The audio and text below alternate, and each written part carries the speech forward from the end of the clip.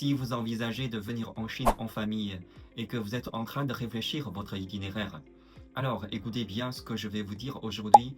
Cela peut vous éviter plein de déceptions sans vous coûter plus cher. La plupart des agences de voyage européens recommandent en priorité le circuit Pékin, Xi'an et Shanghai sur 10 jours. Le choix des villes comme le rapport qualité-prix sont tout à fait adaptés aux voyageurs venant en Chine pour la première fois. Le problème est que sa structure n'a presque pas évolué depuis plus de 20 ans. Les visites sont toujours centrées sur les monuments historiques et les sites classiques. Or, la Chine d'aujourd'hui n'est plus celle d'il y a 20 ans. Voyager en Chine aujourd'hui, ce n'est plus seulement comprendre le passé, c'est aussi comprendre le présent et parfois même le futur. Sans rallonger la durée du voyage, ni augmenter significativement le budget, il est tout à fait possible de repenser le contenu du séjour. Découvrir de nouveaux quartiers urbains, comprendre la logique de nouvelles planifications de la ville, voir comment la technologie influence la quotidien, aller dans un quartier résidentiel récent ou dans un marché local pour ressentir la vraie vie de la ville, son rythme, son énergie, sa chaleur humaine.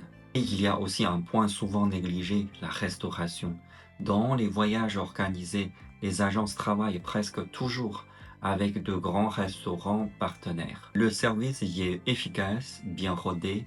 On y trouve des plats sautés simples, du riz, une soupe aux œufs, parfois des couverts, de la bière fraîche et un bon équilibre viande-légumes.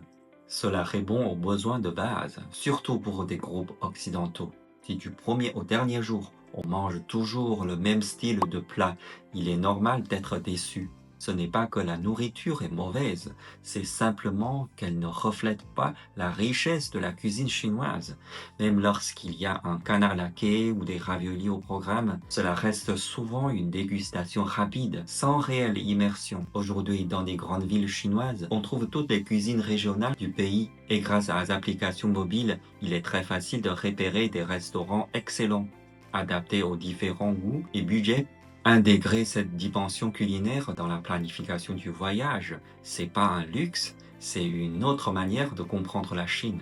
Les itinéraires classiques restent utiles, mais ils méritent aujourd'hui d'être mis à jour, dans les visites, dans les expériences et aussi dans l'assiette. Voyager en Chine, ce n'est pas seulement voir des lieux, c'est comprendre un pays à travers ses villes, ses habitants et sa vie quotidienne.